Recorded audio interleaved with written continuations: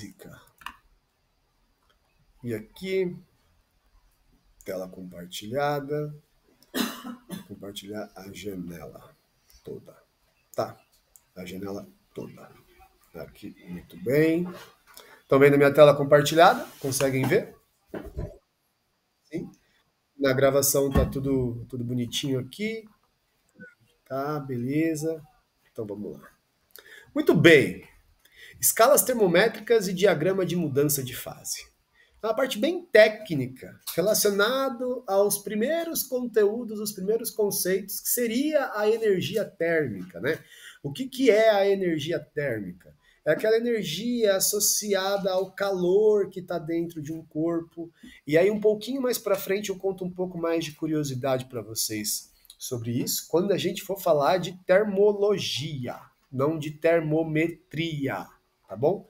Existem duas nomenclaturas para essa etapa desse nosso conteúdo de física. A primeira é termometria. A gente vai entender como funcionam as medições de temperatura. E como elas se convertem umas nas outras, essa parte é até que bem básica. Tem até uns termômetrozinhos ali, a gente vai fazer bastante leitura disso. E depois, em termologia, a gente começa a entender como é que a energia térmica se comporta na matéria. Tudo bem? E aí, por consequência, todas as propriedades, né? Todos os efeitos de causa e consequência que esse calor podem produzir na matéria. Lembra. Você vai lendo alguma coisa aqui, você vai acompanhando alguma coisa. Chegou numa palavra que você não sabe muito bem o que é, que você não conseguiu entender muito bem, anota, manda para mim depois para eu explicar. Meu dia corrido, eu demoro para responder, mas eu respondo. Provavelmente eu vou pegar sua mensagem, vou mandar um áudio num determinado momento do dia, um áudio longo, com um monte de exemplos, eu consigo te responder. Não entendeu ainda? Fala, professor, ainda não entendi, você me deixou mais confuso com o áudio. Se precisar, eu faço um videozinho e explico. Do contrário, cara, eu peço um Uber na hora, vou até. Não, aí já é demais. Mas eu consigo fazer você entender sim. Tá. Então, se tiver alguma palavrinha que você não entendeu, não se permita seguir sem entender essas palavras. Lembra, o nosso foco aqui é aprender a fazer uma boa leitura de exercícios para conseguir uma aprovação lá. Essa é a principal meta nossa. É claro, vou fazer um bom conteúdo, um bom nivelamento de conteúdo, um resumo de vários assuntos que vocês precisam. Mas algumas palavras, principalmente na parte de ciência, elas são muito importantes quando a gente vai ler o enunciado para a gente lembrar o que essa palavra significa, se ambientar de uma maneira segura sobre o que o exercício está pedindo, sobre a situação que está sendo proposta. Beleza? Então, termometria. Basicamente, a gente vai estudar termômetros, termometria, como se mede temperatura. E agora, termologia, como é que essa temperatura responde a processos de troca de calor. Então, meio que no próximo slide, a gente vai passar aqui pelos objetivos, tudo bem, da aula, e já vai chegar lá ao que é calor. Então, o primeiro objetivo da nossa aula é diferenciar calor e temperatura, certo? Eu sei que soa parecido, mas, gente, são coisas absolutamente diferentes, tá? Se você pensava que calor estava associado à temperatura, pois é, você e grande parte das pessoas do planeta Terra também cometem esse erro, tá bom? A gente tem que conseguir definir de uma maneira muito clara o que cada uma dessas duas coisas são, tudo bem? Depois, reconhecer as principais escalas termométricas, tudo bem? A graduação em Celsius, que essa a gente está acostumado, a graduação em Fahrenheit e a graduação em Kelvin. Saber aonde é que se usa cada uma delas e saber converter cada uma dessas temperaturas, certo?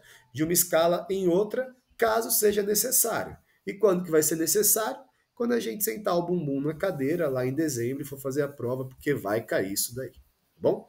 Depois, utilizar corretamente as equações de conversão entre as escalas, tudo bem? Tem equações padronizadas como se fossem fórmulas, tá? E se você tiver alguma dificuldade na parte matemática dessa aula também, anota aí no cantinho do seu caderno para me mandar essa dúvida depois. Gente, não deixe de me mandar dúvida, isso aqui tudo é para vocês. Interpretar o diagrama de mudança de fases da matéria, tudo bem? Então a gente vai meio que já começar a entender como que essa temperatura, como que esse calor influencia o comportamento da matéria e os estados de agregação que a matéria possui, e depois resolver problemas envolvendo conversões de unidades e mudanças de fase, certo? No finalzinho vai ter uma sessão de exercícios aqui, a gente vai seguir com os exercícios, só que só para deixar claro, tá? Os exercícios que eu deixei nas aulas de ontem, que eu pedi que vocês fizessem, que eu chamei de exercícios para fixar aqui no final, esses daqui, eles não são os que eu vou mandar para vocês efetivamente fazerem, tá? Os que eu mandar para vocês são listas de exercícios de vestibulares, lá com 30, 20 exercícios, onde eu vou pedindo que vocês vão fazendo, cara. Fez 10, pô, fez 10 de cada lista, já é um bom número. Professor, você mandou 45, eu fiz todos. Tudo bem, manda para mim que eu corrijo todos. Confesso que eu até vou ficar impressionado do tanto de trabalho que eu vou ter, mas vou ficar feliz por você, tá? Esses aqui, então, são os que nós devemos fazer logo ao final da nossa aula. Tipo, um dia depois, pega 5 minutinhos, 10 minutinhos, tenta responder. Sempre vou deixar 3, 4 exercícios para vocês aqui, bem básicos, só para ver se você está no lugar certo, e depois eu mando a lista de exercícios oficial. Fechou? Fechou. Tá muito rápido? Não? Beleza. Muito bem. Muito bem. Nossa primeira tarefa aqui de hoje é reconhecer que temperatura e calor são coisas diferentes. Certo? Primeiro, como é que a gente classifica a temperatura? Temperatura é a medida do grau de agitação das partículas de um corpo. Certo? A gente consegue reconhecer que a matéria naturalmente ela vibra. E quanto mais alta estiver a temperatura dessa matéria, mais ela vai vibrar. E aí a temperatura só faz essa aferição.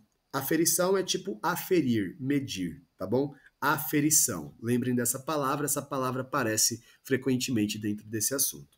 Então, ao aferir a temperatura do paciente, observou-se que o paciente apresentava 101 graus Fahrenheit. Aí você fala, ufa, graças a Deus, porque se fosse 101 graus Celsius, mano, esse paciente estava num forno, né? Meio que perigoso. Então, oi, pois não.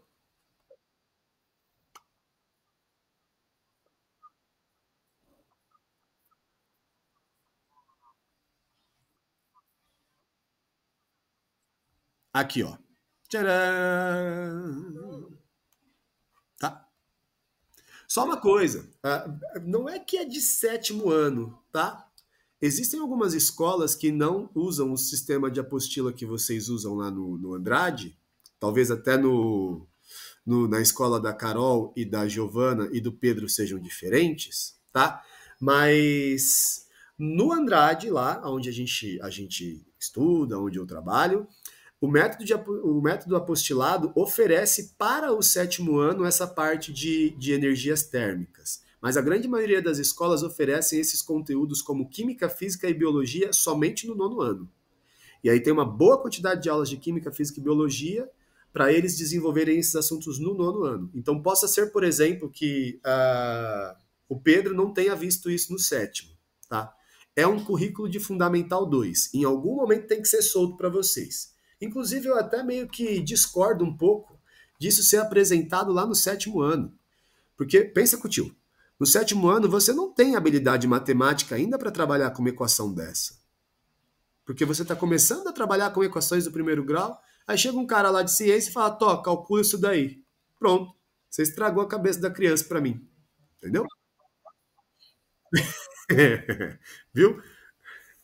Beleza? Mas há tempo de se recuperar. Estamos em tempo. Vamos aí. Que bom que a gente está aqui. Muito bem. Então a gente tem que entender que a temperatura ela só vai medir o grau de agitação das moléculas e vai apontar um valor para isso. Esse valor ele é escalado, tá? Ele é escalonado e essas escalas elas apresentam 3 unidades de medidas diferentes para a mesma coisa. É como se você medisse, por exemplo, distâncias com unidades de medidas diferentes. Por exemplo, polegadas, metros e jardas. São todas distâncias, unidades de medida que você pode usar para medir distância. Então, a gente tem que temperatura é o grau de agitação das moléculas. As moléculas vibram, o termômetro consegue sentir essa vibraçãozinha, tudo bem? E ela não depende da quantidade da matéria, certo? Como assim? Não importa se o corpo tiver 10 quilos, ou 1 quilo, ou 100 gramas. Se ele estiver a 100 graus Celsius, ele como um todo vai estar a 100 graus Celsius. Tudo bem? Já calor, certo? É energia em trânsito entre corpos de temperaturas diferentes, aonde esse calor, né, essa energia, ela vai sempre fluir, passar, né, do corpo mais quente para o corpo mais frio, sempre, sempre. Então você tem duas substâncias, estão com temperaturas diferentes, por exemplo, 80 graus Celsius e 10 graus Celsius.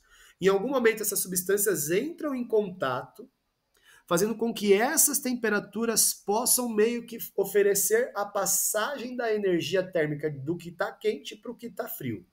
Somente quando a energia começa a fluir, a palavra calor aparece. Do contrário, calor não existe. A gente usa no dia a dia a palavra calor, mas é de um jeito muito errado, cara. É que nem falar quantos quilos você pesa. Não sei se vocês sabem isso também, já já a gente vai falar depois disso em física, mas peso é uma unidade de medida de força. E a gente mede peso em newtons. A gente não mede peso em quilogramas.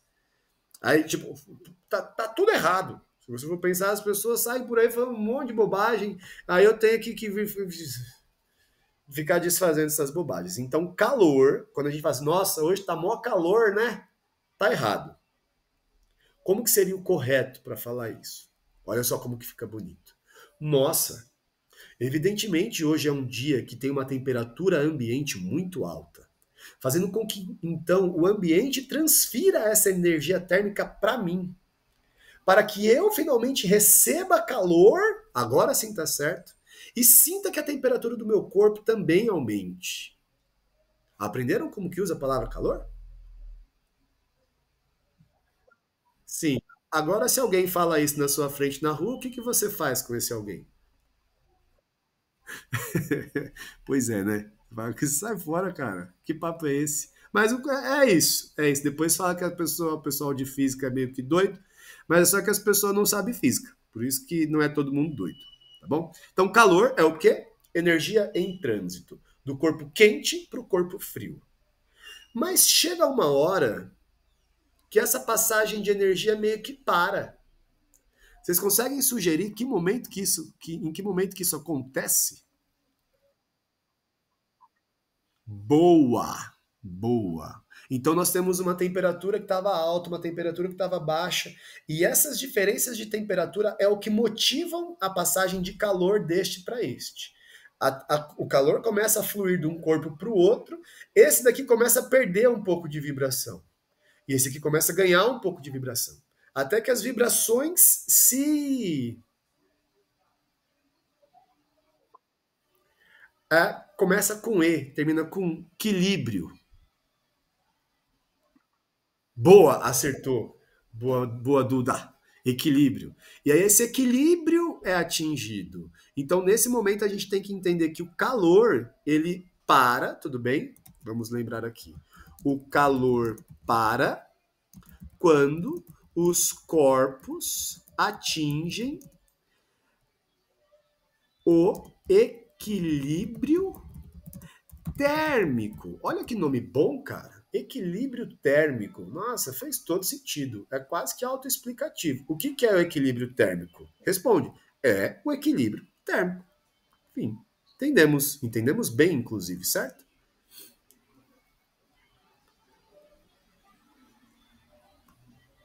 Certo.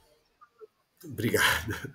E aqui eu tenho um exemplo ao final desse nosso PowerPoint falando o seguinte: quando colocamos uma colher metálica em água quente, o calor flui da água para a colher, aumentando sua temperatura. Beleza? Então a consequência do processo de passagem de transmissão de calor é sempre fazer com que a temperatura do corpo frio aumente e a temperatura do corpo quente diminua.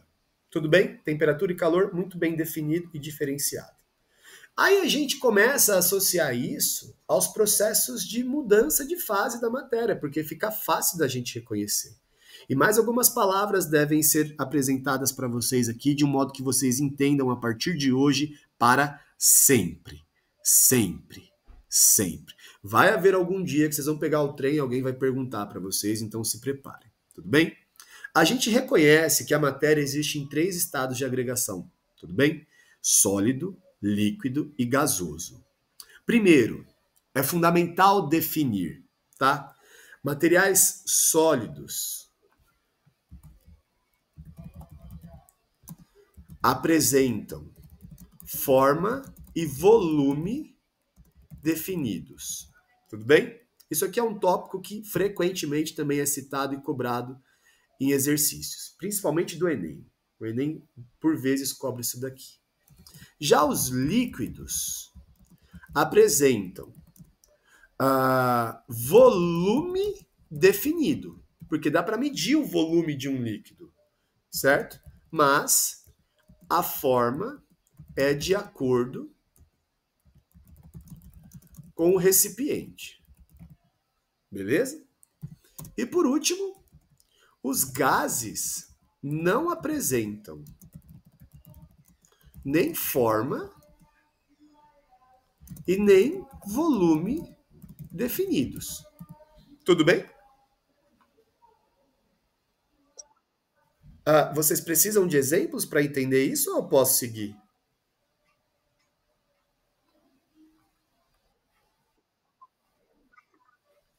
Tá bom. Vou falar só dos gases, tá? Porque preciso. Imagina que você pega um desodorante, saúde. Você pega um desodorante e entende que esse desodorante está gasoso lá dentro do refratário, né? Ele está ocupando aquele volume e aquele formato. Quando você aperta o desodorante até acabar, ele vai ocupar o volume do planeta Terra, cara. Porque ele vai se espalhar por um movimento que se chama ah, dispersão, tudo bem? Ele vai se dispersar por todo o ambiente, ocupando todo o espaço que a ele for permitido. Então ele assume o formato do recipiente e o volume do recipiente também. Então, quanto maior for o recipiente, mais espalhado esse gás vai ficar de uma maneira entrópica. E entropia é tipo caos, desordem, tá bom? Confusão, loucura, tá bom? Certo? Beleza? Beleza. Depois, os nomes dos processos de mudança de fase, eu imagino que vocês. Oi?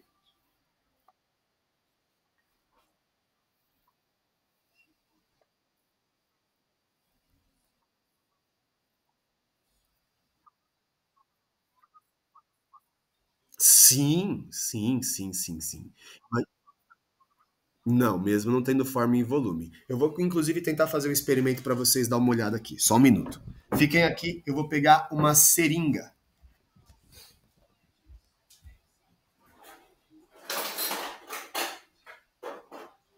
Droga, eu não tenho mais seringa. Deve ter na caixinha verde. Pessoal, fiquem aí. Já volto para pegar a seringa, que isso é importante.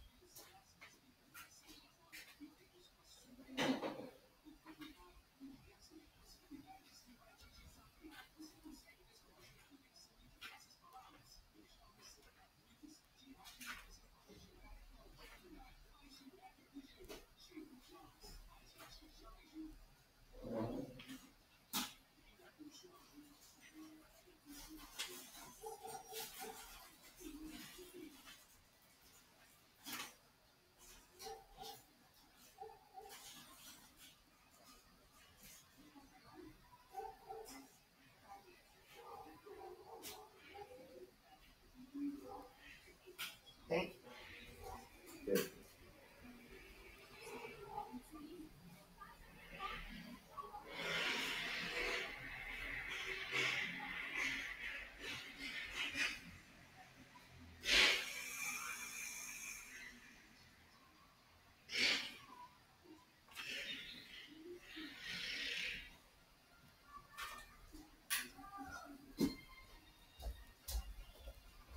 Consegui. Tô aqui, tá? Só vou esquentar a água.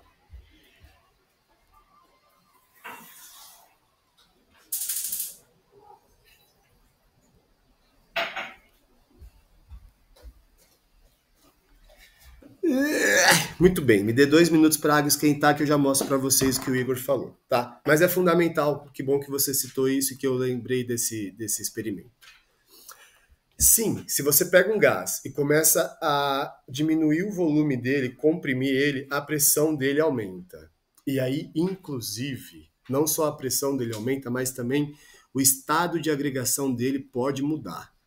Você pode até, por exemplo, pegar um gás e colocar ele de uma maneira tão confinada num pequeno volume que a pressão dele fica tão elevada que você começa a fazer com que ele se liquefaça.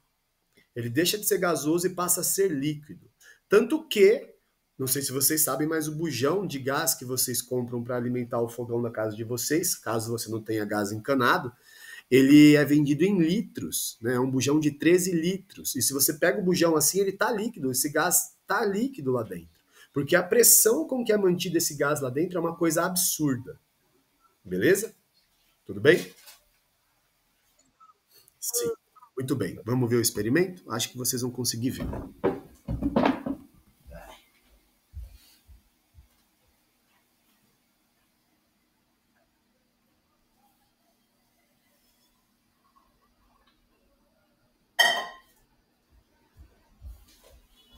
Ó, aqui na caneca eu tenho um pouquinho de água quente, tá? E aí eu vou pegar um pouco só de água quente, tudo bem? E vou puxar aqui 1 ml de água dentro da seringa. Muito bem. Essa água tá líquida aqui dentro. Acho que vocês conseguem ver, né? Deixa eu só mudar a câmera aqui para eu conseguir ver com vocês. Certo. Aí agora eu vou pegar o êmbolo, a ponta da seringa, tudo bem? Vou tampar aqui e eu vou puxar o êmbolo para trás. Quando eu puxar o êmbolo para trás, eu vou oferecer um maior volume para essa quantidade de água, sem deixar com que gás entre, produzindo uma região de vácuo, diminuindo então a pressão que está sobre esse líquido.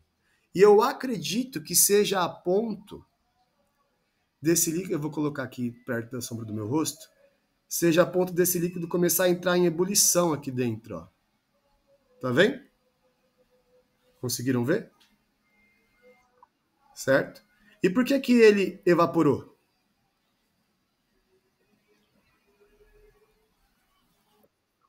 Pode, claro.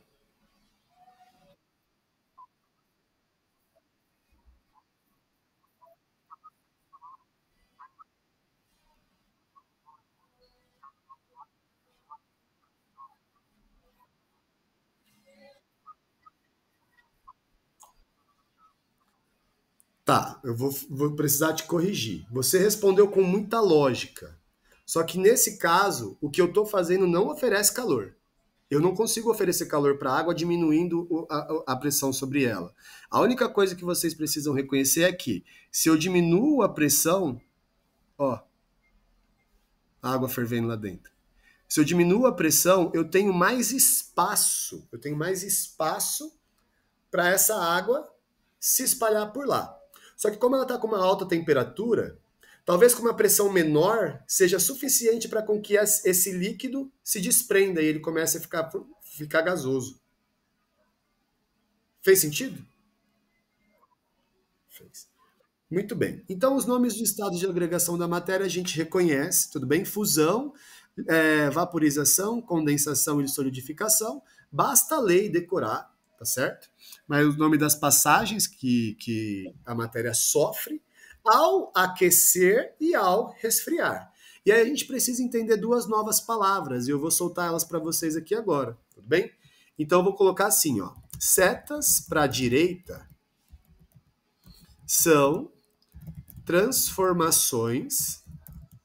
Na verdade, não chega a ser é uma transformação. Transformações endotérmicas. E setas para esquerda são transformações exotérmicas. Algum de vocês já conheciam esses conceitos? Sim. Endotérmica é toda transformação que o sistema recebe calor, absorve calor. Endo, tá vendo que a palavra endo ela soa para dentro, ó, endotérmica. E a exotérmica ela soa para fora. Então, em transformações exotérmicas, a matéria perde energia térmica e por perder energia térmica, a temperatura faz o quê? Diminui, ela começa a se aproximar mais e aí ela assume uma nova forma de organização, ela consegue ficar líquida. Aí ela começa a vibrar menos e se aproximar mais, aí ela se solidifica e fica rígida com uma forma bem definida, ao passo que ela vai perdendo energia. E o contrário seria você pegar a matéria que está com um formato bem definido e começar a apresentar uma vibração nela. Essa vibração vai fazer com que ela encontre, graças à vibração, uma nova forma de interagir e ela agora fica meio que líquida aqui. Moléculas e moléculas líquidas fluindo umas sobre as outras, assim. Aí você aumenta mais a temperatura ainda, chega a ponto que essa vibração faz com que elas tenham energia para fazer pluf, e uma molécula se desprende pluf, e a outra se gás. Ótimo, conseguimos. Próxima etapa. Escalas termométricas. As 3 escalas são apresentadas nessa figura aqui ao lado. É nítido para vocês a definição dessa imagem? Sim? Beleza, muito bem. Eu tenho aqui mais 3 minutinhos para gravar essa reunião. Já vai ter que começar outro vídeo. E aí, depois desse segundo momento de gravação, a gente já começa a fazer as continhas de conversão de temperatura, tá bom? Mas vamos entender aqui como essas escalas termométricas funcionam. A escala Celsius, ela foi construída e baseada nos pontos fixos de fusão e ebulição da água. Então, definiu-se que a água fundia, ou seja, ela entra em fusão, passando do gelo para líquido a 0 graus Celsius. E ela evapora, ela entra em processo de ebulição, tudo bem? Passando do líquido para o gasoso a 100 graus Celsius. Nossa, professor, mas esses valores foram certinhos. Não, não é que os valores foram certinhos. É que estipularam que seriam esses os valores. Nós, humanos, é quem escolhemos quais foram os valores que poderiam ser essa tabulação de fusão e ebulição da água. Separando, então, o gelo e o vapor de água em 100 graus Celsius. Tudo bem? Então, se a gente aquecer a água do gelo até ela evaporar, a gente vai fazer com que ela evolua 100 graus Celsius de temperatura. Certo até aqui? Certo. Já a escala em Fahrenheit, que é usada em países de língua inglesa, principalmente Canadá, Estados Unidos, alguns lugares dos Estados Unidos usam graus Celsius, outros lugares usam Fahrenheit. Ela não foi feita pensando nos pontos de fusão e ebulição da água. Ela foi feita por um cara chamado Fahrenheit, que trabalhava como enfermeiro, e a pretensão dele era fazer com maior rapidez a aferição daqueles pacientes que estivessem febril. E ele conseguiu construir um termômetro que, quando o termômetro atingisse 3 dígitos, ou seja, 100 graus Fahrenheit, 3 dígitos, essa pessoa já apresentasse uma temperatura febril. Era de mais fácil diagnóstico fazer esse reconhecimento, e aí ele estipulou uma escala que fosse mais facilmente lida para esses casos de diagnóstico. Só que aí tem um problema. Pô, se 100 graus Fahrenheit a pessoa está com febre, quantos graus a gente tem febre aqui em graus Celsius? 38, né? 38 graus a gente está com febre. Isso. Hoje a Agência Nacional de Saúde, a ANS, fala que uma temperatura febril é a partir de 37,5. Muito bem, Igor. Então a gente sabe que 37,5 seria talvez equivalente ali a alguém que está com 100 graus Fahrenheit.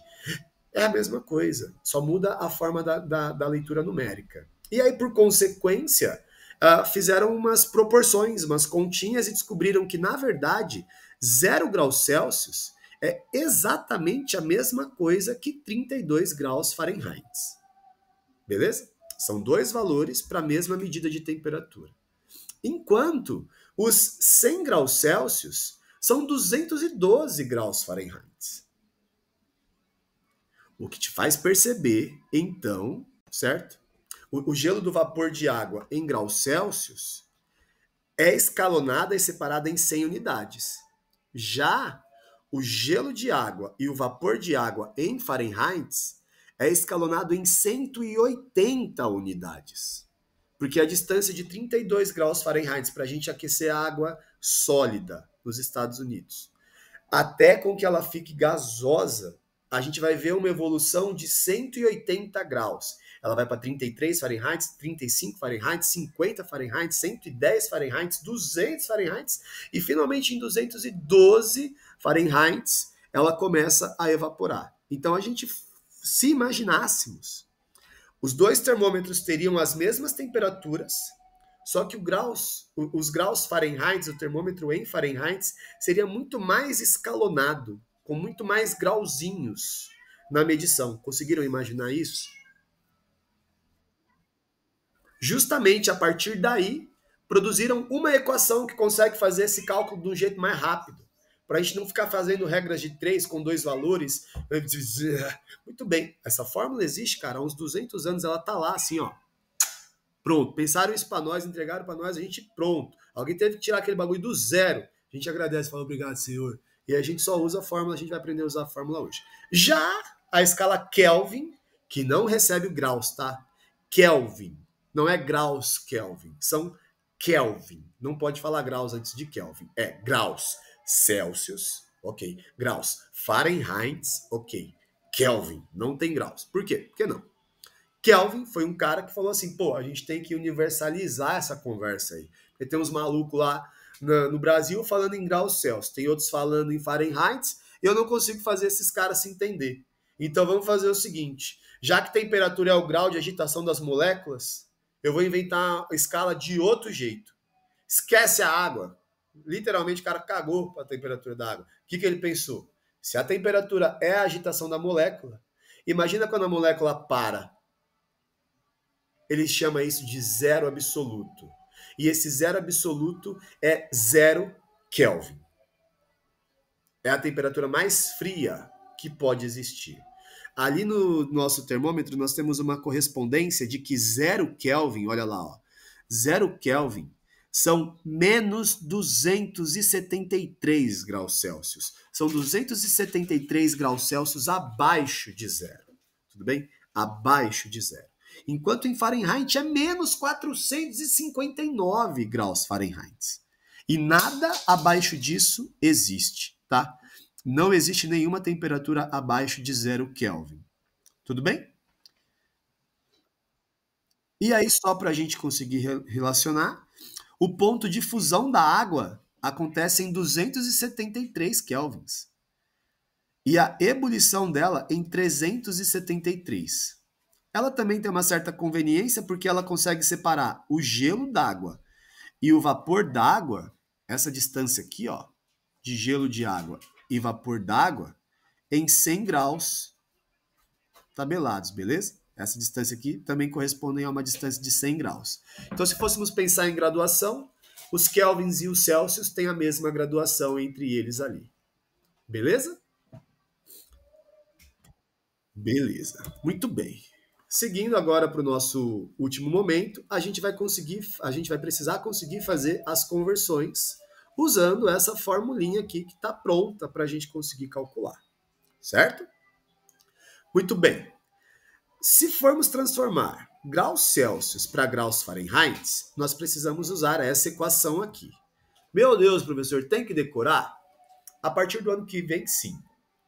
A última vez que caiu na ETEC, ofereceram essa equação, tá? Ofereceram essa equação.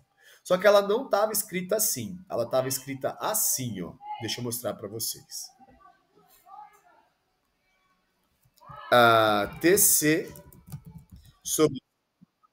Isso mesmo. Aí, isso mesmo, Igor. Temperatura em Celsius e agora temperatura em Fahrenheit. TF menos 32 sobre 9.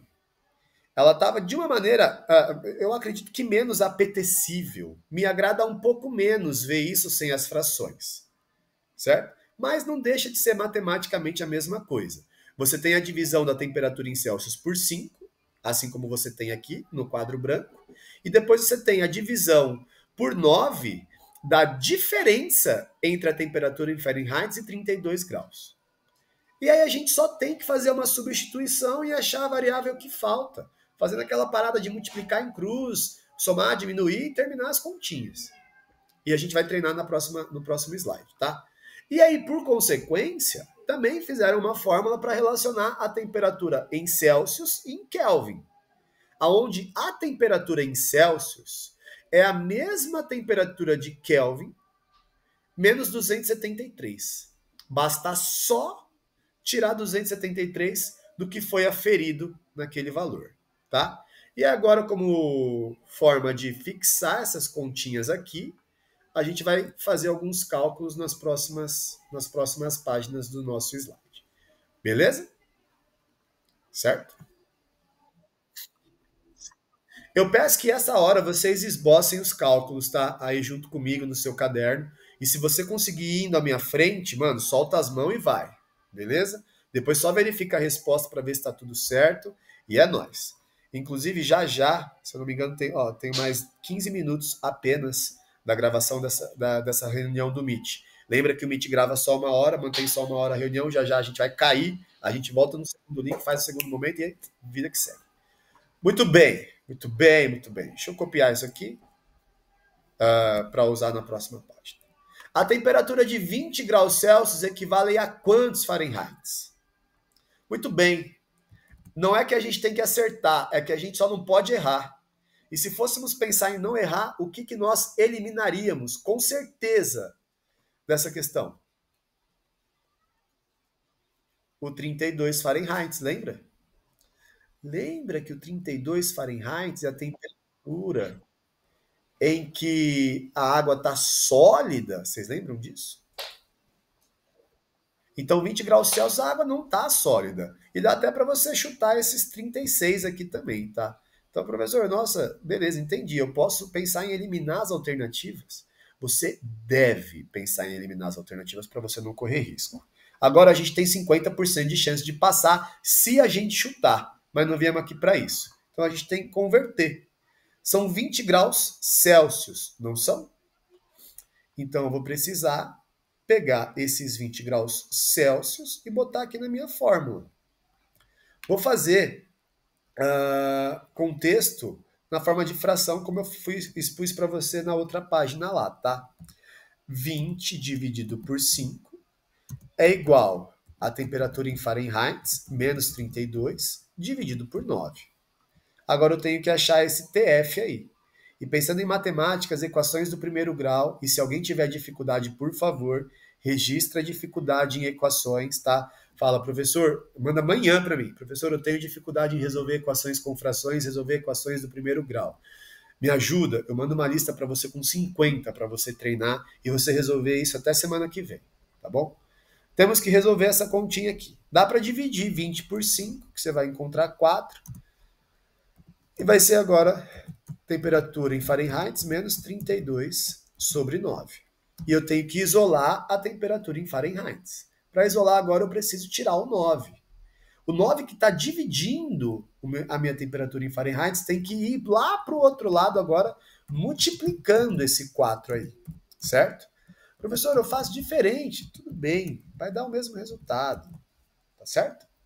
Se você faz diferente e consegue fazer, fica tranquilo, faz pela sua maneira.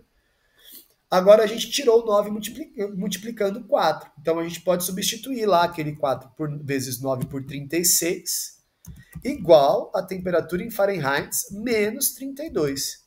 E aí, finalmente, agora para achar a temperatura em Fahrenheit, eu só preciso tirar esse menos 32.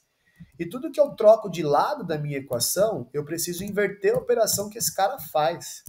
Então, se a temperatura Fahrenheit era subtraída de 32, esse 32 precisa somar lá do outro lado. Agora a gente tem que a temperatura em Fahrenheit, só fazendo a inversão da equação assim, é 36 mais 32, que vai dar 68 graus Fahrenheit, finalmente. Alternativa C de cachorro. Tudo bem? Sim, muito bem, gente. Ótimo. Próximo exercício. Um termômetro aponta o valor de 85 graus Celsius, que correspondem em Kelvin quantos? Opa, beleza. Quantos kelvins seriam 85 graus Celsius? Bom, dá para eliminar se a gente lembra das escalas, né? Se a gente lembra da escala, o zero é o zero absoluto, quando não tem temperatura. E aqui no Kelvin, 273 é quando a água está sólida. 273 é a mesma coisa que 0 graus Celsius. Então a gente poderia aqui firmemente fazer o que neste caso? Deixa eu pegar esse cara aqui de eliminar a alternativa, colar ele aqui nesse e colar ele aqui nesse, tá bom? Não tem como ser essas duas alternativas, porque eu já sei que esses valores correspondem a outras coisas que não seriam 85 graus Celsius. Agora eu preciso da minha equaçãozinha para conseguir calcular isso. Vamos lembrar da equação? A equação que relaciona Celsius e Kelvin é essa daqui. Eu trago ela para cá. Muito bem, muito bem. Se a temperatura em Celsius é a em Kelvin menos 273, eu posso trocar isso por quanto? Troca a temperatura que você tem, que são os 85, igual a temperatura em Kelvin menos 273. E agora essa aqui é muito mais fácil. Para a gente achar a temperatura em Kelvin, a gente só tem que tirar o 273. Que se está subtraindo, precisa somar lá do outro lado, onde a gente vai encontrar o valor, a bagatela de 358 kelvins. Tudo bem?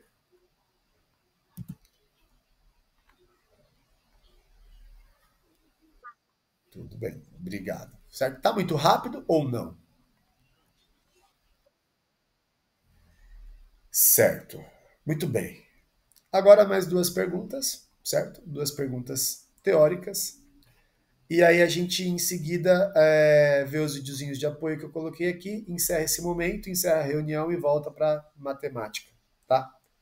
Tá muito cansativo, tá muito pesado. Boa, gente, obrigado, tá? Se estiver ruim, se estiver pesado, se estiver chato, fala, por favor, fala. Isso aqui é para você. 3. Sobre calor e temperatura. É correto afirmar que calor e temperatura são a mesma coisa? Não. Isso mesmo, não. Se alguém falar na sua frente aí no fim de semana na sua casa, pode falar com essa pessoa, tonta. Tá falando, que isso? Você está confundindo as coisas, seu tonto. Fala que foi o seu professor de física que te ensinou. Não eu, o outro lá, tá? Da sua escola. Temperatura mede grau de agitação das moléculas e calor é energia em trânsito. Opa, que coisa boa. Isso aqui foi da ETEC, tá? Essa pergunta aqui é da ETEC. Calor mede a quantidade de partículas de um corpo. Temperatura só existe quando há calor em movimento. Pô, você até podia ficar meio que em dúvida por causa dessa D aqui, tá? Porque você consegue reconhecer, tipo, a temperatura dos corpos quando você toca neles. Por causa de uma sensação motora que você tem. Mas não. Então a correta é a B, de Beleleu. 4. No diagrama de aquecimento da água, durante a fusão do gelo, opa, aqui, ó, neste momento em que nós temos o gelo sendo fundido, tá? Fundido. Tô com o nariz meio entupido, fica meio errado, mas eu tô falando certo, é fundido. Então, no diagrama de fusão da água, certo? Durante a fusão do gelo, a temperatura aumenta continuamente. A temperatura permanece constante. A água passa diretamente para vapor. Não, isso aqui eu vou eliminar. Isso aqui, Jesus Cristo. Elimina a alternativa, tá? Gente, você leu, elimina. Quer eliminar? Elimina. Confia. A agitação molecular diminui. Cara, fusão do gelo. Era gelo, tá fundindo. Tá derretendo. Não. A agitação molecular aumenta. Consigo cancelar essa D aqui também. E agora, rapaziada? O que acontece no processo de fusão do gelo? A temperatura aumenta ou permanece constante? Peraí, foi uma pergunta ou foi uma resposta? Não, não é a A, tá? Não é a A. É muito comum a gente achar isso, tá? É muito comum a gente achar isso. E isso vai ser melhor explicado na próxima aula, na semana que vem, de física. Fala, Edu, diz aí.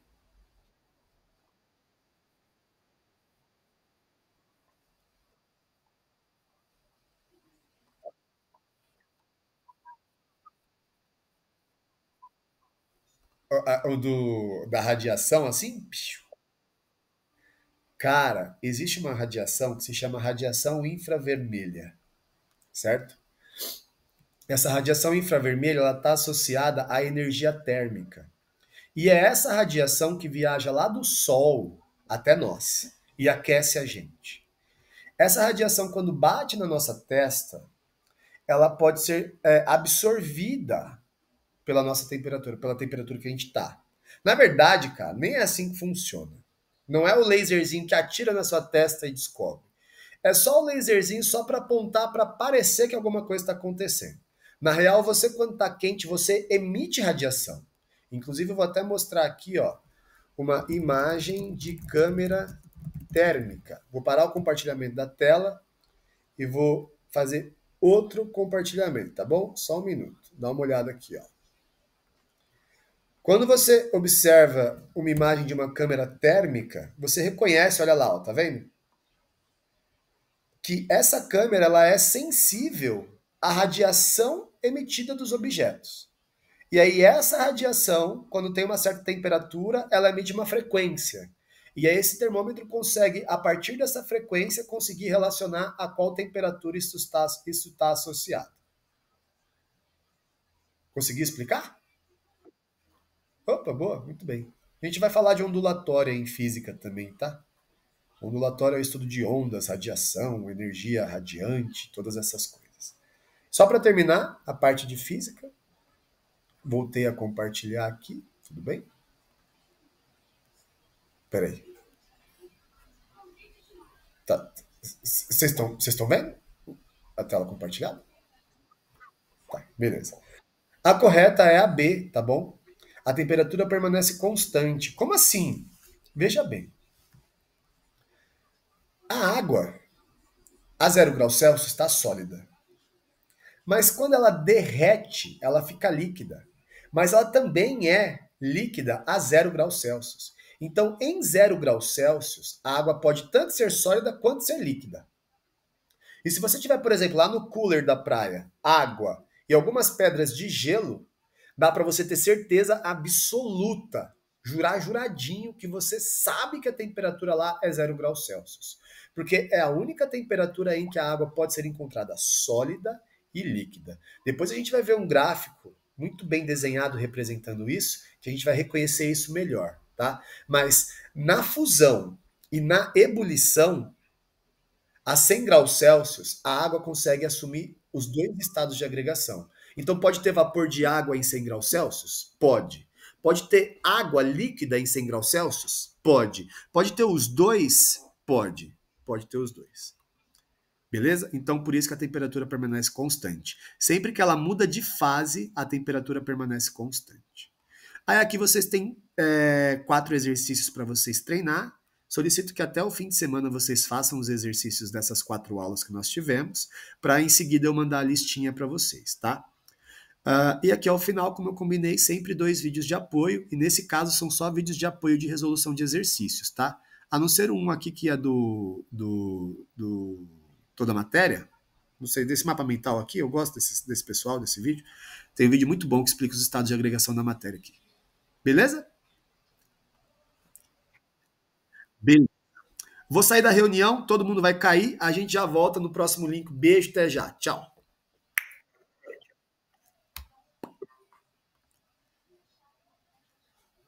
Bum bum bum bururum bum. Bum bum bum bururum bum. Bum bum bum bururum bum. Bum bum bum bururum bum.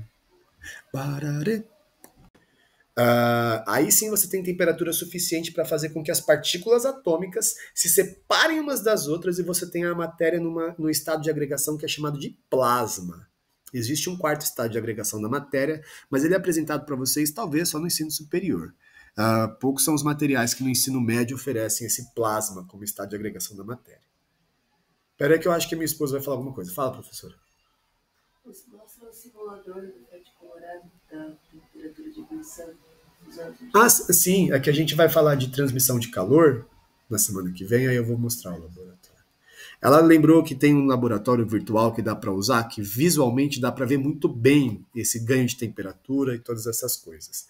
Lembra, a gente vai encerrar um assunto e eu mando uma lista. Quando eu encerrar o assunto, a gente vai tipo dar uma treinada melhor, fazer uma boa retomada, onde eu vou mostrar mais coisas para vocês. Beleza? Aí na semana que vem a gente vê isso, na próxima aula de física.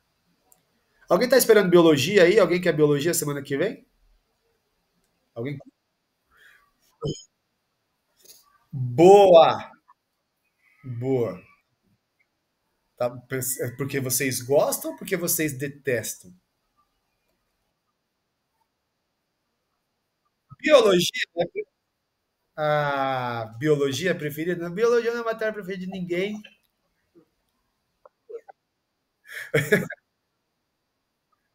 Pô, que legal, fantástico. Então eu prometo que eu vou me preparar mais. É bonito de ver, é bonito de ver. Nossa, Igor, que bonito que foi isso que você disse agora, cara. A linguagem celestial em forma de ciência, olha isso. E tem gente que não gosta de biologia ainda, você acredita? Olha,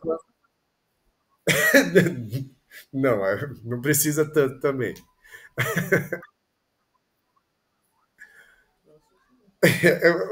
Acabou, vamos aí. Eu prometo, eu prometo que eu preparo uma aula bem, bem boa de biologia para semana que vem. Então, a gente guarda a química um pouquinho no bolso, tá? Para a próxima. Tá? A gente vai alternando entre matemática química, matemática física, matemática biologia, matemática química, e aí vai indo embora. Beleza? Algum assunto em específico para eu preparar? Eu vou falar sobre ecologia, certo? Eu vou falar sobre unidades celular, seres autótrofos, seres hetero, heterotróficos, autótrofos. Depois eu vou falar de evolução, teorias evolucionistas e genética também. Algum assunto em...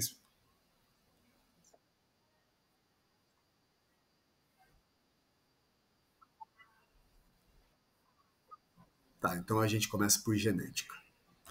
Aí a gente vai para evolução, depois a gente vai para o micro. Parte de células, organelas, essas coisas. Muito bem, matemática, regra de três simples e composta. Olha, aqui é onde a gente vai ter dois tipos de estudantes na aula, tá? A gente vai ter o cara que consegue fazer isso e o cara que não consegue fazer isso. Professor, eu consigo mais ou menos. Então, lamento dizer, você não consegue fazer isso. Não existe mais ou menos para fazer a aplicação de regra de três simples e composta. Então, se você é o cara que não consegue fazer isso, presta muita atenção que você precisa falar para mim que você tem dificuldade para a gente ir treinando isso. Beleza?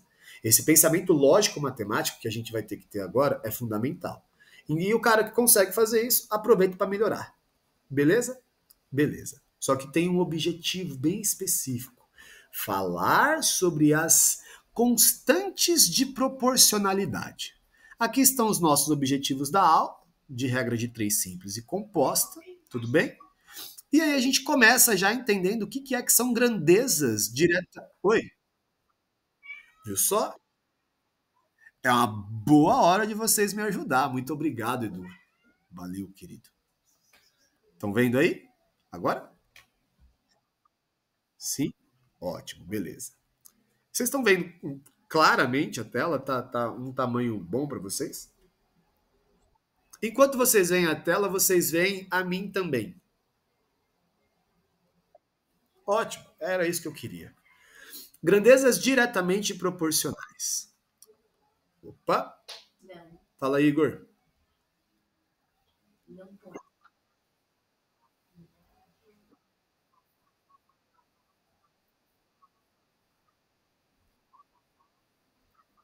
GIP. Isso, isso mesmo, isso mesmo, isso mesmo. Bom, vamos lá. Mas não é para deixar de treinar, tá? E não é para deixar de fazer os cálculozinhos aí. A gente vai ter bastante cálculo para fazer aqui, tá? E em todos os exercícios, eu quero que vocês extraiam para mim a constante de proporcionalidade, tá? Tá. Muito bem. Veja, olha só. Quando a gente tem duas grandezas que são diretamente proporcionais, a gente tem que reconhecer que existem duas coisas que podem ser medidas. Isso são grandezas, tá bom? Grandezas são coisas que podem ser medidas, certo? Então, grandezas são coisas que podem ser medidas, certo? E para serem proporcionais, precisam, no mínimo, ter uma relação, certo? E aí a gente vai entender como que é esse comportamento proporcional dessas grandezas. Principalmente se for diretamente proporcional, né? Porque se for inversamente é o contrário. Duas grandezas são diretamente proporcionais quando, ao aumentar uma, a outra também aumenta, na mesma razão, ou ambas diminuem. Ou seja, quanto mais horas de trabalho, maior o salário. Viu o reconhecimento do sentido de crescimento dessas duas coisas que se medem? Tempo de trabalho, dinheiro recebido, top, adorei. Quanto mais horas de trabalho, mais salário. Só que o contrário também acontece. Quanto menos horas de trabalho, então, menor o salário. Continua sendo diretamente proporcional, mesmo reduzindo? Sim. Se alguém não entender, pergunte, por favor. Mas veja, quando grandezas diretamente proporcionais funcionam, quando a gente aumenta uma, a segunda mantém o mesmo sentido de comportamento. E se a gente diminui uma, a segunda mantém o mesmo sentido. Então, grandezas diretamente proporcionais não é que elas aumentam ou que elas diminuem. Elas só precisam andar no mesmo sentido. Beleza? E aí a gente consegue extrair uma constante de proporcionalidade, ou seja, um número, um número que sempre vai ser obtido dessas duas grandezas quando nós dividirmos uma pela outra. Tá a fórmula aí nessa caixa preta, estão vendo? Y sobre x seriam duas grandezas quaisquer, sei lá, o trabalho e as horas trabalhadas. Quando você pegar uma grandeza e dividir pela outra, você vai ter um valor. Só que se você dobrar a primeira, você dobra a segunda. E se dividir este valor por este, você vai ter o mesmo valor. Essa constante ela vai ser apresentada e ela vai ser usada frequentemente por você a partir da sua vida do ensino médio, tá? Então o nosso foco é reconhecer que grandezas diretamente proporcionais e inversamente proporcionais apresentam um valor constante para aquele caso, tá? Outro caso é outro valor, outro valor. Mas esse valor sempre vai se repetir e às vezes você só precisa dele para conseguir chegar em uma resposta ou uma dedução de um exercício. Ali eu tenho um gráfico que mostra, tá? Ó, ao passo que você cresce o eixo X, você também cresce o eixo Y, mostrando essa direta proporção de crescimento, no caso. Em seguida, nós temos agora grandezas inversamente proporcionais.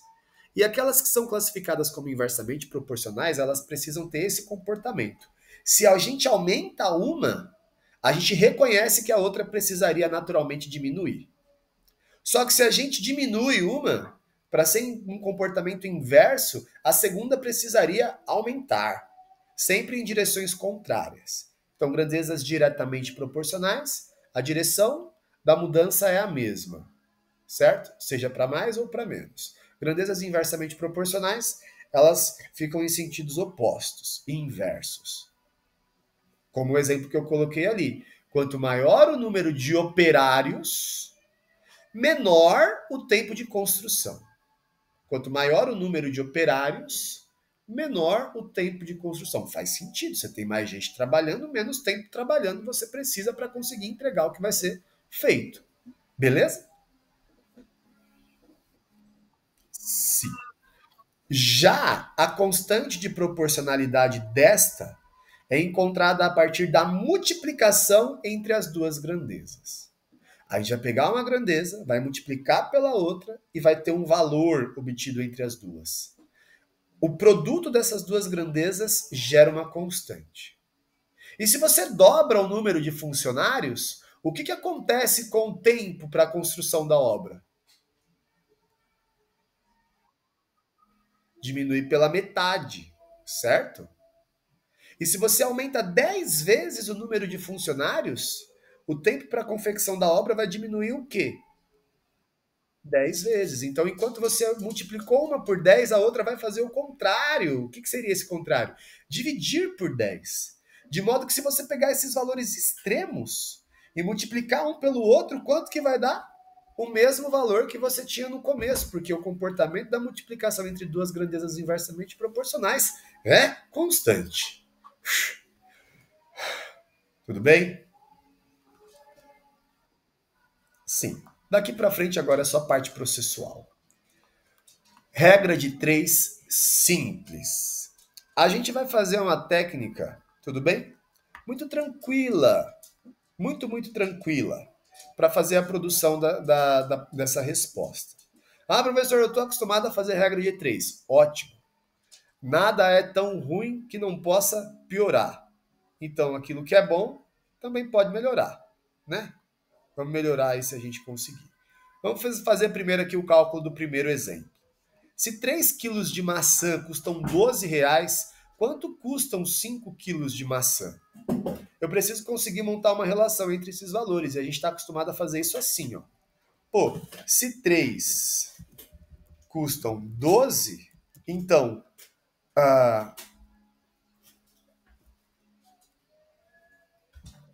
5, muito bem, custam X reais. Vocês devem lembrar. Se você colocou 3 quilos, embaixo disso você tem que botar o quê? Quilos. Se você em algum momento inverter, cara, você perde sua proporção, você encontra um valor, nossa, catastrófico. Multiplica-se esses valores em cruzes. Você vai pegar uma setinha. Oi? Pois não, Giovana?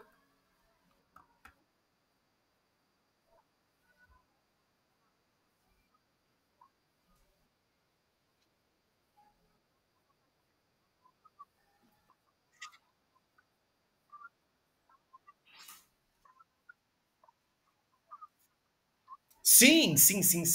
É o método da tabelação. Você faz uma tabelinha, né? Bonitinha para fazer isso. Certo? Quer ver? Vou abrir aqui o Excel, tá? Só um minuto. Google Planilhas. Deixa eu apresentar essa outra tela aqui para vocês. Vamos fazer por lá, como a Giovana sugeriu. Você domina essa parada, Giovana? Boa, beleza. Então vamos lá. Vou botar aqui, ó, quilos, certo? Vou colocar aqui ao lado dinheiros. E aí eu coloco que se 3 quilos custam 12 dinheiros, 5 quilos custam quantos dinheiros? Era mais ou menos assim que você fazia? Certo. Meu, pode ser. Eu até prefiro que seja, tá? Só que por vezes a gente não vai ter muito tempo para organizar essa tabela. Mas pela prática, você gasta 3 segundos a mais para fazer isso. E agora para resolver, a gente tem que fazer o que mesmo?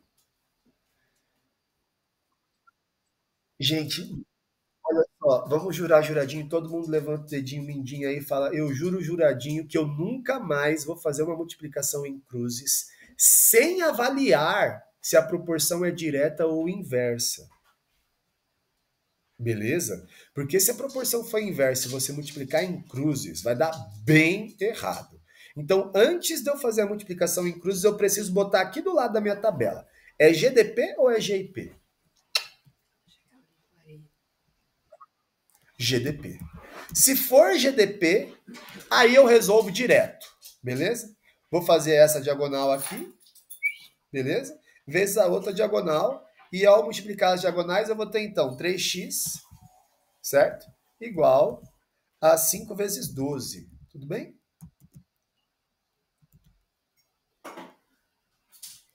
Sim. Então, x é 60 sobre 3. Todo mundo reconhece de onde veio um 60, de onde vem a divisão por 3? Sim, beleza. Então X vai ser um total de 20 dinheiros. Certo? Aí eu pergunto, faz sentido? Você está comprando mais maçã, faz sentido ser mais caro? Perfeito, tá certo. Muito obrigado, senhor, graças a Deus. Tá tudo certo. Se você pretendia um valor maior e você não consegue identificar esse valor maior, você calcula lá e deu menor, mano, para que você errou. Certo? Agora, só para terminar, como a gente encontra a constante de proporcionalidade dessa grandeza, dessas grandezas? Lembra de que no caso de GDP a gente divide uma pela outra, né? Vocês preferem dividir 12 por 3 ou 3 por 12? Então, se eu dividir 12 por 3, quanto é que dá? 4. E testa a minha resposta. Seria 5 e 20, não é? Então, se eu dividir 20 por 5, quanto é que dá? Os mesmos 4, certo? Esse 4 sempre vai ser respeitado para qualquer resposta que eu produzir dali em diante. Deixa eu só printar isso daqui e botar como a nossa opção de resolução. Peraí, deixa eu só tirar essa célula azulzinha daqui que ficou feio. Printar e vou colar como nossa opção de resolução lá do nosso PowerPoint. Vou voltar para o PowerPoint. Beleza? Gi, obrigado por ter lembrado desse método, tá bom? Chamei de Gi, nem sei se você se incomoda de chamar de Gi, chamei de Gi. Se você se incomodar, me desculpa. Tá bom, obrigado, Gi. Gi, Gi, Gi, Gi, Gi, Gi, Gi. Deixa eu apagar essa parte aqui. Muito bem. Guardei aqui bonitinho. E vocês querem que faz na planilhinha lá o outro também ou não?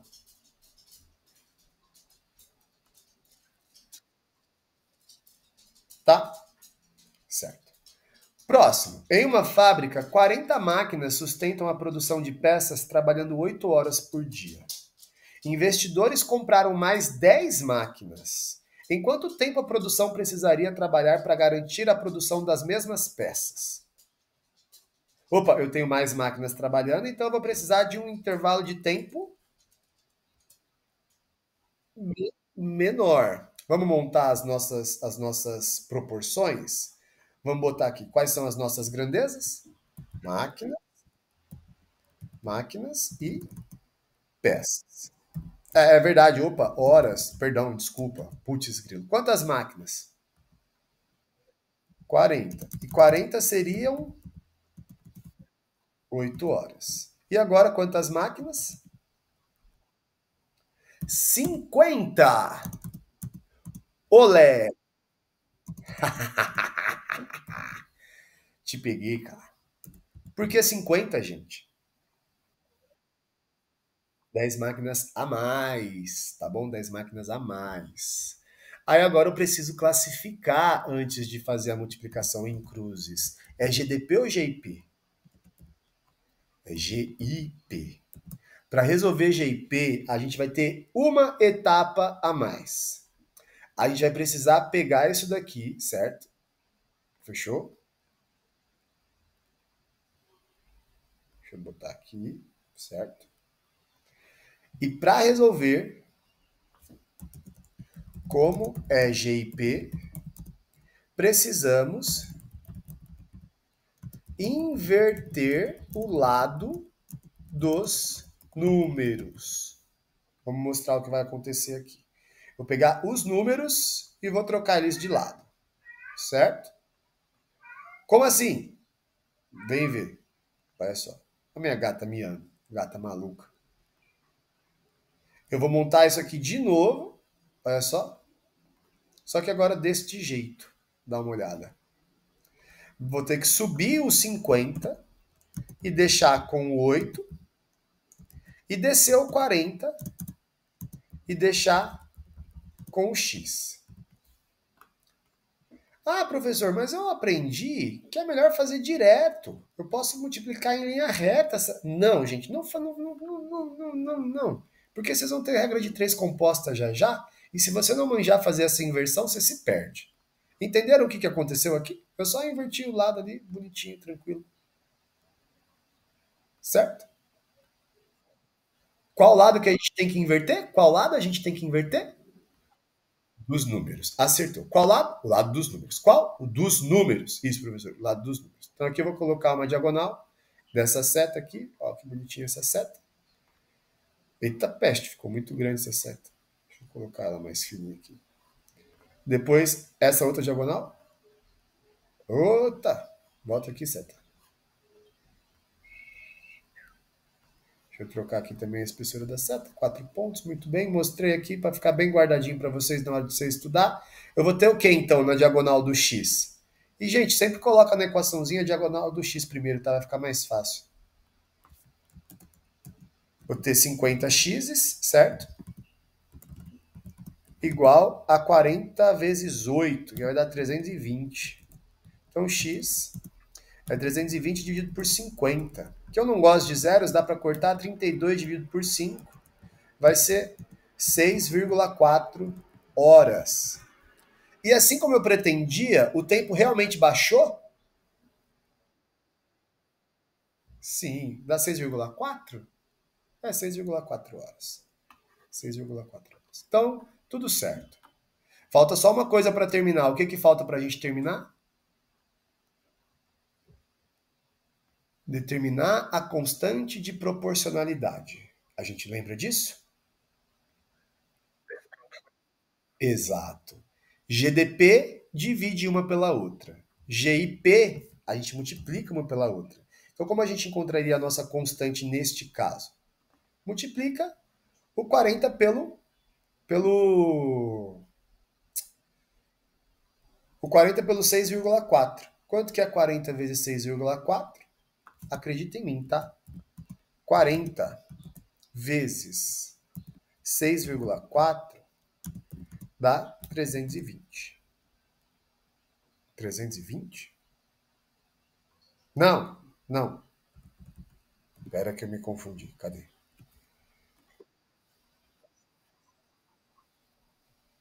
Ah, essa vezes essa. Não, ó, o resultado aqui, ó. Não é o 40 pelo 6,4. Eu tenho que voltar para cá para fazer a multiplicação, porque é aqui que foi mantida a minha proporção inversa. Aqui eu só fiz para calcular, tá? Essa proporção eu só fiz para calcular. Então não seria 40 por 6,4. Seria 50 por 6,4, que dá 320. Do mesmo modo que eu tenho 40 vezes 8, que é a minha outra proporção, que também dá os mesmos 320, tá? Beleza? Aqui é que está a nossa constante de proporcionalidade.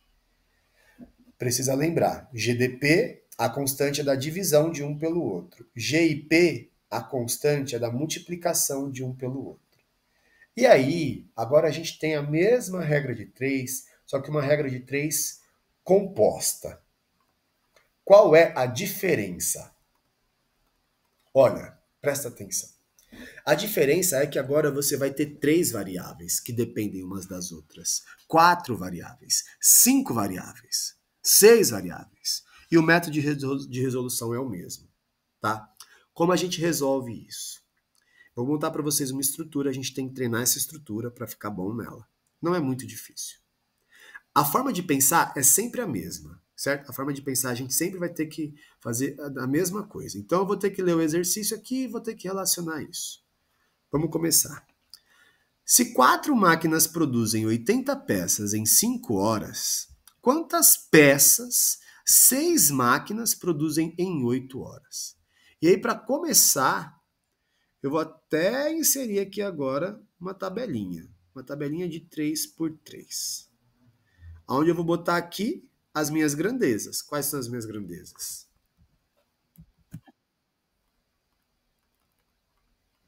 Por que eu não estou conseguindo escrever dentro da tabela? Aqui. Máquinas. Nossa, que pequenininho que tá.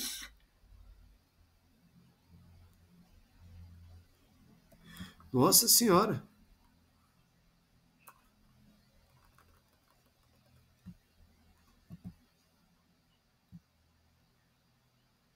Melhorou. Beleza. Máquinas. Conseguem ver bem aí? Peças e horas. E não está tudo no mesmo tamanho. Deixa eu botar tudo aqui no 21, no 24. peças e horas. Certo. Quantas máquinas? 4. 80 peças, 5 horas. Quantas máquinas? 6. Quantas peças? X, perfeito. É as peças que a gente quer. Em quantas horas? 8. Só que agora a gente precisa fazer uma relação. Porque a gente tem que classificar a gente como GDP ou GIP. Neste caso também, a gente ainda precisa fazer isso, certo? Só que vai mudar. Eu vou ter que comparar a minha letra, certo? A minha incógnita com as duas outras. Então vou precisar fazer o questionamento. Pô, peças e máquinas é GDP ou GIP?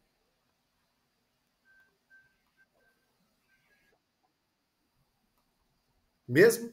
Mais máquinas, mais peças? Vocês concordam, pessoal? Certo, então beleza. Aqui, peças e máquinas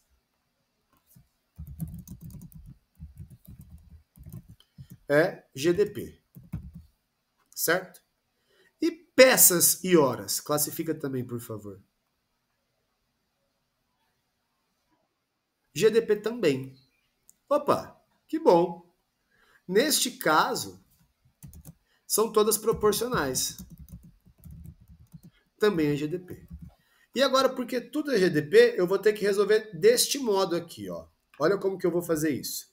Eu vou montar uma fração da minha letra, certo? Primeiro vocês vão fazer esse esquema, certo? Vou colocar um modelinho aqui. Modelo de resolução.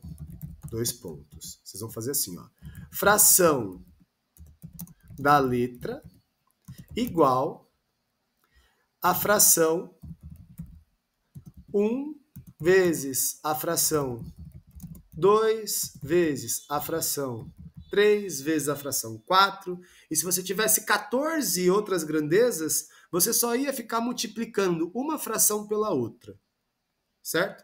E da onde que vem essas frações? Na tabela, já está montada as suas frações na tabela ali, ó. Por exemplo, a fração da nossa letra, se a gente fosse pensar, seria quem? 80 sobre x, certo? 80 sobre x. Tá pronta a fraçãozinha aqui, ó. A fração das máquinas seria o quê? 4 sobre 6, beleza? Depois, por último, a fração das horas seria quem? 5 sobre 8. Então, para resolver, eu vou completar o modelinho. Qual que é a fração da parte que tem a minha letra, da minha incógnita? 80 sobre x. Que é igual, certo? As outras frações multiplicadas umas pelas outras.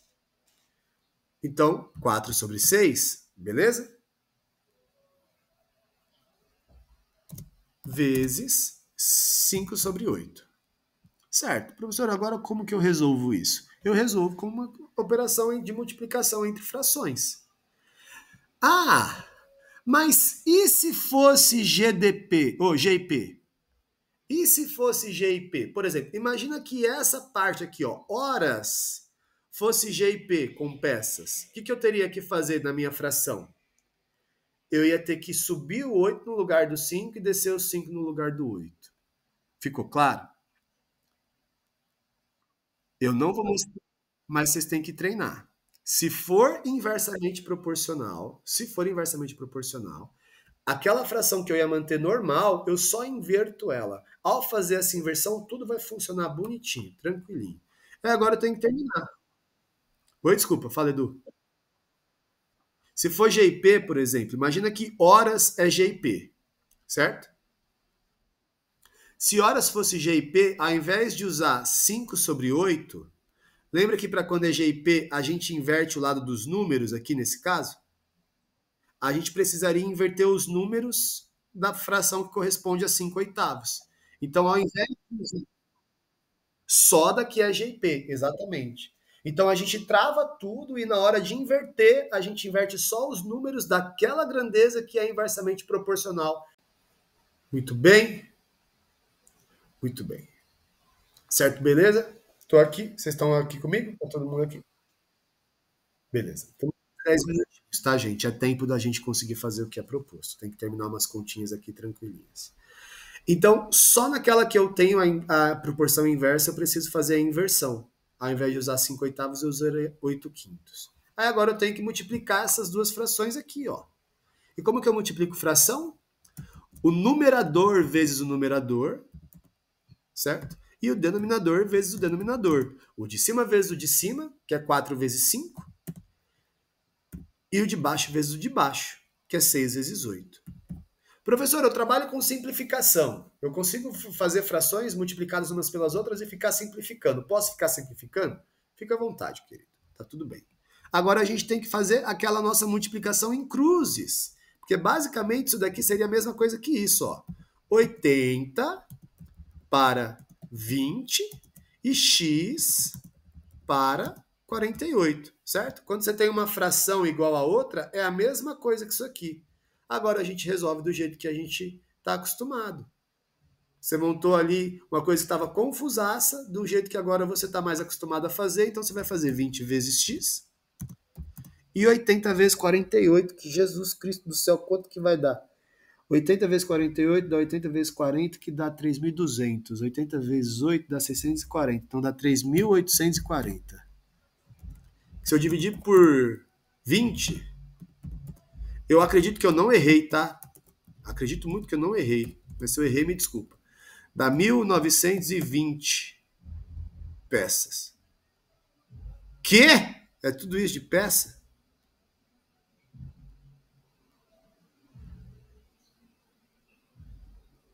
E 140. Não sei se dá isso, não. Deixa eu ver de um jeito mais rápido essa continha para a gente não perder tempo. 20, 48, 80. É isso mesmo, 80 vezes 48, 3.840, que dividido por 20 dá. Ah, pô, 192. Eu não cortei o zero, dividi por 2 só. 192 peças. É, porque já pensou? Imagina que o cara produz por dia 80 peças. Aí ele coloca só mais duas máquinas e aumenta mais de. Pô, quantas vezes o número de produção de peças? Beleza? Gente, isso aqui, como eu comentei ontem, parte de matemática, cara, você pode assistir minha aula, você vai ficar feliz, nossa, entendi. Você pode ficar triste também, nossa, que aula ruim. Mas se você não fizer, você não vai entender. Vamos treinar? Classifica para mim, GDP ou GIP? 6 lápis custam R$ 9, então 10 lápis custam. As grandezas são lápis e dinheiros. GDP ou GIP? Boa, GDP. Se é GDP, eu monto a regra de 3 e resolvo normal. Bora? 6 são 9, então 10 são quantos? Lembra de se perguntar, tá certinho? Tipo, lápis embaixo de lápis, dinheiro debaixo de dinheiro. Tá, né? Certo. Bota o x aqui. Então, 6x é igual a 90. Então, 90 sobre 6 dá 15 dinheiros. Beleza, conseguimos. E vamos achar as constantes? Precisamos achar as constantes. Eu quero as constantes de todos. Vocês preferem dividir 9 por 6 ou 6 por 9? Certo. Então, se eu dividir 9 por 6, dá 1,5, certo? A constante K nesse caso aqui seria a divisão de 9 dividido por 6, que é 1,5. Ou você pode pegar os outros valores. 15 por 10, certo? 15 por 10, que vai dar o mesmo 1,5. Beleza? Por favor, lembrem de extrair as constantes quando você for fazer isso. Ah, professor, mas eu já aprendi. Cara, não vai te custar nada. Deixa de ser. Ora! Beleza. Uma viagem de carro e a gente vai fazer mais 3, tá? Aí depois vocês têm esses daqui para fazer em casa. Uma viagem de carro dura 6 horas com velocidade de 80 km por hora. mantendo a mesma distância, só que se a velocidade for de 120 quilômetros por hora, o tempo de viagem será GDP ou GIP? GIP. Faz sentido, pessoal? Tá claro para vocês? Eu vou mais rápido, então eu demoro menos tempo. Então, o que eu montaria como sendo 6 para 80 e x para 120, eu vou precisar fazer o que mesmo? Corrigir, certo? Então, corrigindo, eu teria que fazer o quê? Inverter o lado dos números. 6 para 120 e x para 80. Agora, finalmente, eu termino a minha regra de 3. Multiplico em cruzes. A diagonal do x é com 120, então dá 120x. A outra diagonal é 6 vezes 80, que dá 480. E aí, 80. Então, x seria os... Boa, Du, tá fazendo mesmo aí, cara. 480 por 120, que dá 4 horinhas. Beleza? Terminamos? Gente, se pergunta, faz sentido? Eu pretendia um tempo menor que 6 horas? Pretendia. Obtive? Sim. Graças a Deus, Senhor, que deu certo. Constante de proporcionalidade. Então são 6 vezes 80, que dá quanto? 480. E depois são 4 vezes 120. E quanto que é 4 vezes 120? 480. Vocês vão começar a perceber algumas relações entre valores e já já vocês vão começar a fazer... Agora eu entendi. E vocês vão entender o que eu quero, tá? Entender o que eu quero. Beleza? Mas por enquanto vamos com calma, do jeito tabelado, para a gente não errar. Calçando bons sapatos, pisando em ovos, porque a gente não pode errar. Alternativa B, 4 horas. Certo, muito bem. Um pedreiro constrói um muro em 12 dias. Trabalhando junto com outro pedreiro de mesma capacidade, terminarão o muro em... Não tem como ser 12 dias, né? Se o cara sozinho faz em 12 dias, com o outro ele não vai fazer em 12 dias, a menos que o...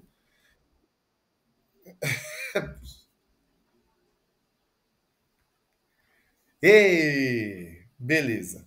Alguém consegue fazer de cabeça essa conta agora, por favor? Por que 6, Edu? Explica pra gente.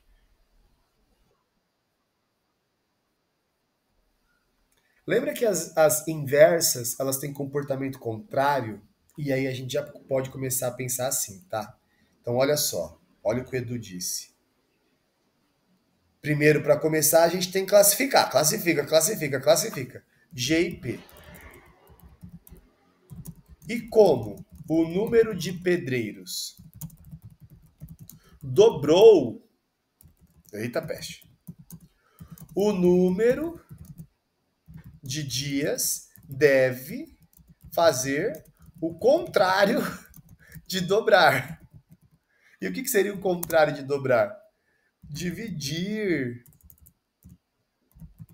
por 2 essa quantidade de dias. Então, se você dobrou a quantidade de gente trabalhando, você precisa cair pela metade a quantidade de dias trabalhados. Logo, a metade de 12 é 6. Ah, professor, eu quero fazer do outro jeito. Fica à vontade, pode fazer. Professor, eu quero fazer assim. Se você acha que você consegue, eu confio em você. Só não erra. E por último, exercício 4. Ah, que belezinha! Olha só, o mesmo exemplo do nosso outro lá, certo? O mesmo exemplo do nosso outro lá, só que agora os valores são diferentes. Inclusive, vou até copiar essa tabela aqui, certo? Para a gente treinar. Fica tranquilo que aqui vocês têm uma regra de 3 composta, inversa, tá? Para vocês treinar. E não esquece, se for inversa, vocês precisam inverter a fraçãozinha naquele momento lá.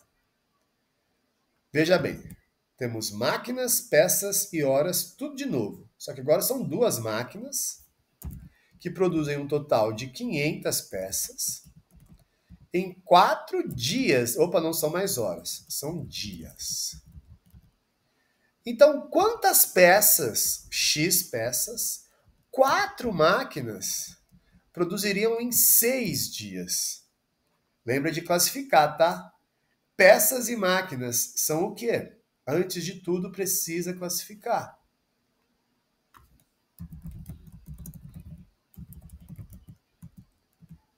São GDP, mais máquinas, mais peças. Será que alguém dormiu? Já pensou alguém dormiu? Peças e dias são o quê? GDP. Gente, tem alguém aí? Tem alguém aí? Tá, obrigado. Eu fui ficando sozinho, cara, fui ficando. Tá, obrigado. Peças e dias também são GDP. Opa, beleza, tranquilinho, não preciso inverter ninguém. Se eu não preciso inverter ninguém, como é que eu faço mesmo? Agora com vocês, sem eu voltar para lá.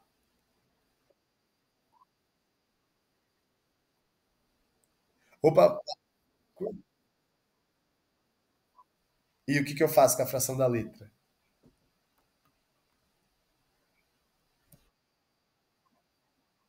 Boa, boa, boa, boa, boa, boa. Então a fração da letra, certo? É igual à fração das outras duas grandezas. 2 sobre 4 multiplicado por 4 sobre 6. Boa. Fração da letra igual à multiplicação de todas as outras. Para resolver isso daí, a gente vai ter 500 sobre x, que é o mesmo que 2 vezes 4, o de cima vezes o de cima, que dá 8, 4 vezes 6, que dá 24. E aí, finalmente, eu monto como eu estou acostumado. 500 para 8, assim como x para ficar bem bonitinho aqui, alinhado, 24. Agora a gente tem a multiplicação em cruzes para fazer. 8 vezes x são 8x. E 5 vezes 24 dá 120, seguido de 2 zeros. Então vai dar 12.000. Então x é 12.000. 12.000? É. 12.000 dividido por 8, que dá um total de 1.500 peças. Boa! Muito bem, conseguimos. Gente, tem aqui no link da aula, no link de vídeo dessa aula, tá? Aqui tem os exercícios para fixar. Deixa eu colocar aqui. Para fixar, para vocês fazer até o fim de semana, por favor.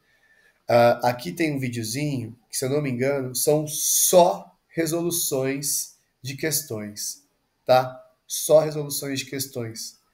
Vale a pena você assistir toda essa playlist aí. Se eu não me engano, são uns 20 exercícios só de questões de concursos com regra de três simples, compostas, inversas, diretas.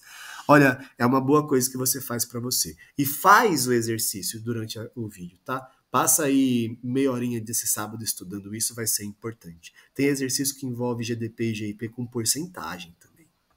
Ó que legal. Muito bem, gente. Mais um dia encerrado. Chegamos em 10% do nosso curso. Das 40 aulas, já foram 4.